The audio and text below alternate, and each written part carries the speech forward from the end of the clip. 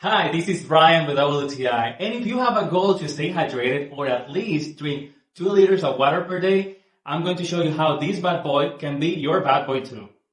Conquering deadlines from my home office can be a thirsty work. Between the focus and the afternoon sun, staying hydrated can be a challenge.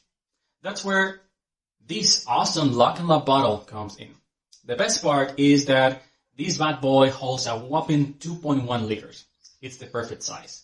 I fill it once in the morning and I'm good to go for the entire workday. No more mid-task water refill emergencies interrupting my flow. And I know for sure that because I'm a ADHD person that get distracted very easily. Plus, the lid is a leak-proof superstar. No matter what bumps or spills life throws my way, not a single drop escapes. It's my personal bottle, so it travels with me at home, everywhere. From brainstorming sessions at my desk to late night reading in bed. This Lock and Lock bottle is more than just a container. It's my secret weapon for staying focused, leak-proof, and perfectly hydrated throughout the day.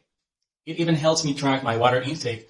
Once I finish the whole bottle, I know that I have conquered the 2.1 liters per day.